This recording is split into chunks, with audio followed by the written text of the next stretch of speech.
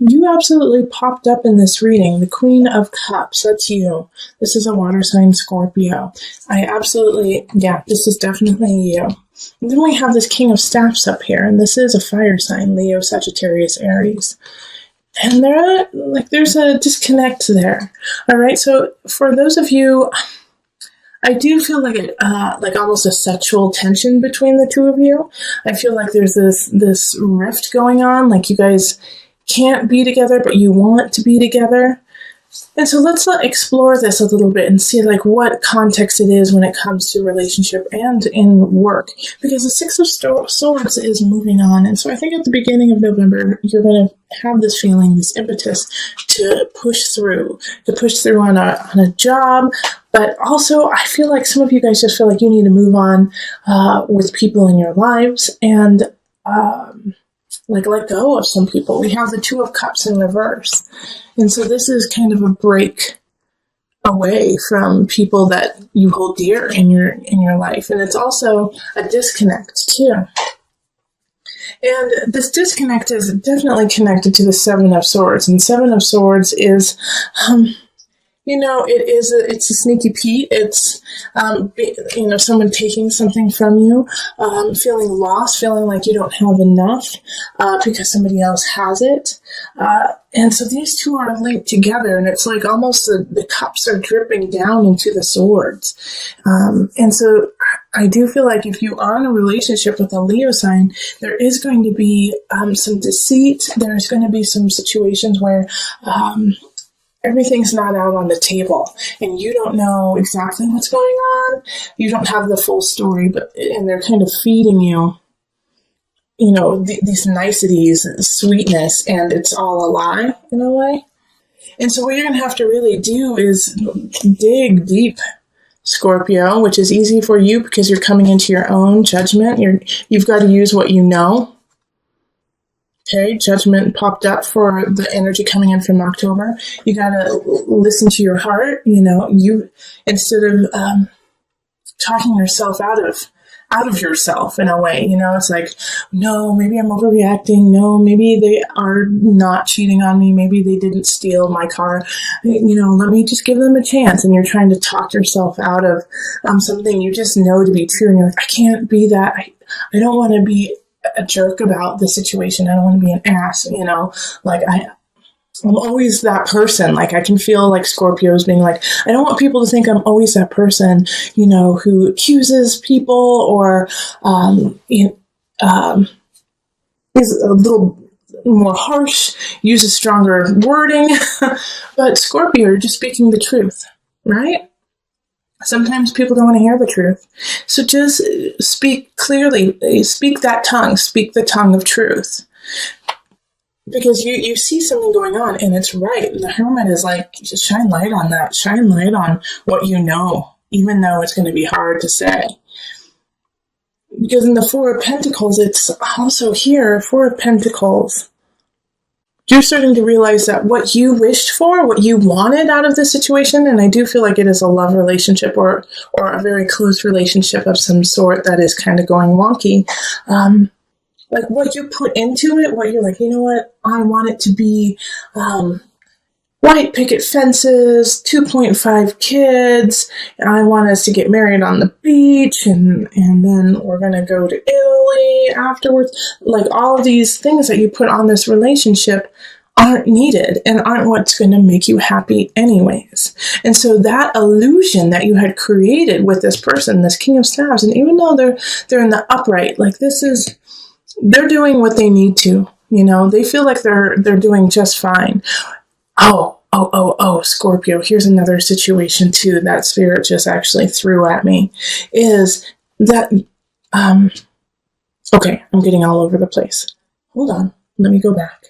So this energy that, that you have put into the relationship of what I want it to be, it won't make you happy.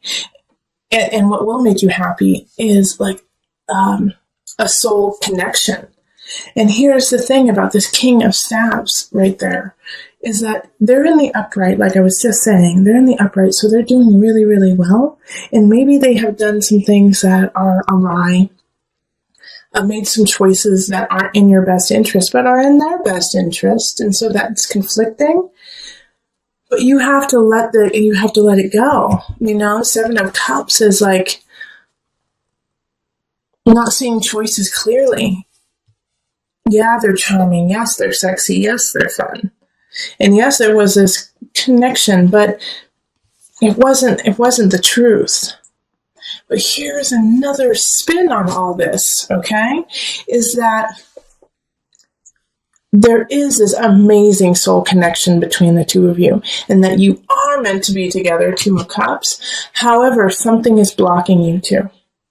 All right, because with the Six of Staves, not Seven of Wands, but the Six of Swords, the two sixes here, you know, that energy, six is the energy of growth, learning, protection.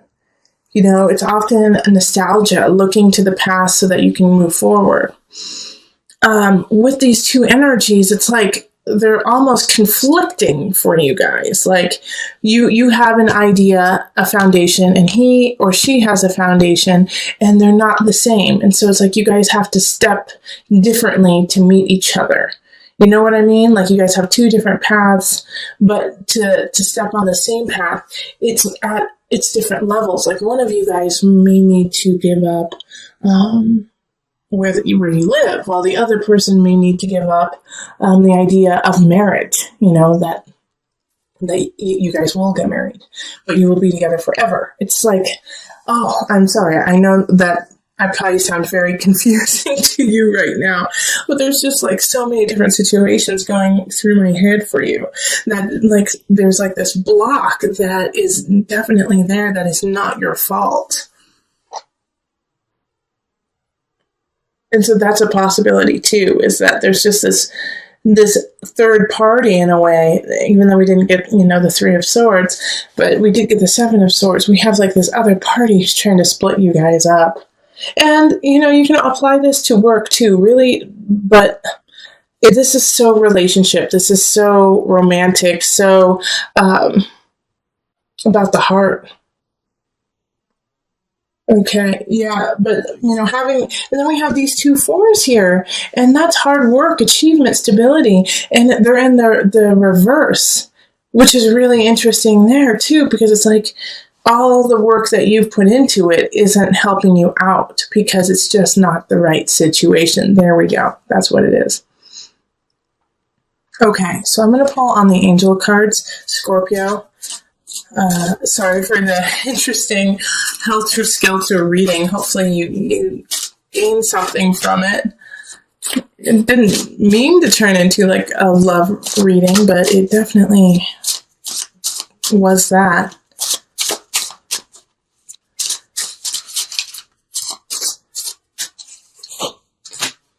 Okay, River, Surrender. Another sign got this. I'm not sure which one, but another sign did get this.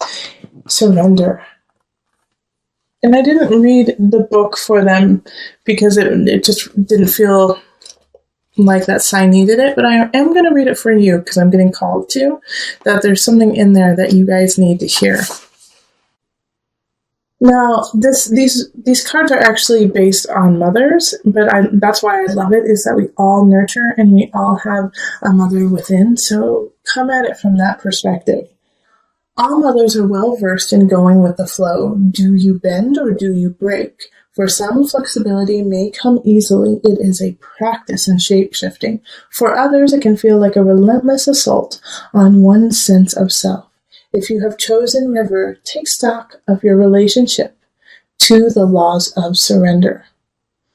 River symbolizes the journey of life, from her birth as a mountain stream until she merges once again with the ocean.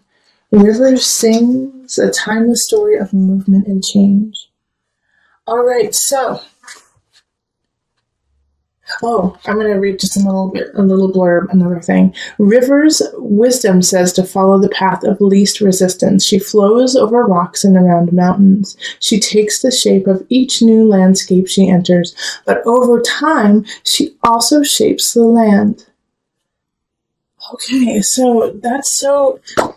Okay, yeah. Six of Swords is like, let's move on, Scorpio. This relationship is stagnant and you are no longer growing and perpetuating yourself in it. So step back, find your light, understand that there are other energies that you don't know the whole truth about, which are actually not working in your favor. And so you have to gleam the light on that, hermit, go into the details, show the light in the dark, to figure out what steps you need to take next, because what you have been working on is not working. So go with the flow, see what happens, and then from there, let your heart shine and guide you down the river. So with the 5 of chalices here, it's, time to let go of what has already happened, that you can't change the past. You can't change the immediate past. You have to step up to it and own your situation, own your space in the situation. 5 of chalices is saying stop looking at the negative aspects of something going awry, of losing something, but realize what you have remaining and what you have to work with, that you have plenty to work with. So make sure that you lament and you mourn the loss of something, absolutely. But then you turn around and you see what you have left and fill yourself with gratitude. Because we do have arguments happening that second half of October, the second half of November. All right. So 5 of Wands is talking of fights within relationship, fights within family. For us in the States, this is the energy of Thanksgiving, like meeting with your family. Maybe your family has completely different political views than you do, and you guys start to kind of pick at each other, and it turns into like a full-blown argument, fight before the turkey has even hit the table. So make sure that, you are taking stock of where you are before actually starting that fight, picking that fight with somebody else, and just start to, really think about, will I really regret this tomorrow if I pick this fight with somebody I love? Will I turn into the 5 of chalices and go, oh gosh, why did I do that yesterday? When I love this person and it's not even worth fighting over, Or it could be the opposite too. It could be, oh my gosh, why didn't I stand up for myself? Why didn't I, say, gosh, what you're saying is totally wrong and I don't appreciate it and I find it disrespectful. Why didn't I say that?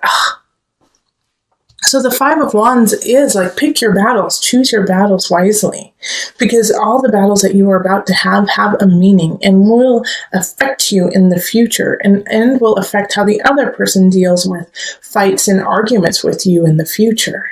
So pick them wisely. And we have the King of Wands popping up, and they popped up in your November reading too.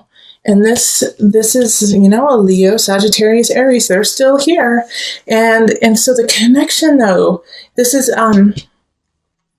with work. So, go back to the November reading after watching this, because I'm going to add on to it right now. The King of Wands energy, like I was saying in the November reading, often has that feeling of relationship for you, has a feeling of love with you.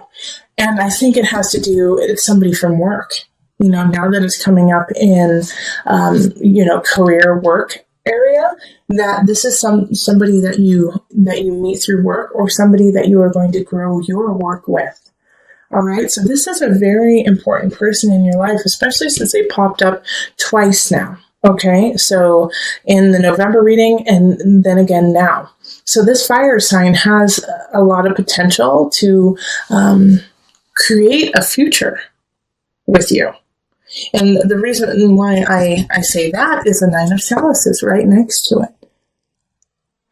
This is abundance, this is happiness, and this is in the sign of abundance, Scorpio. So 9 of chalices is feeling really content and happy with how things are in some regards, and with abundance, it could be, financial abundance, it could be emotional abundance, it could be your personal abundance, how you feel about yourself. But there's some aspects in your life that are going really, really well, and it doesn't come without all the work you have already put into it. And the King of Wands sees that. And I think this is why these fights are so frustrating to you when it comes to family and when it comes to relationship in some regards.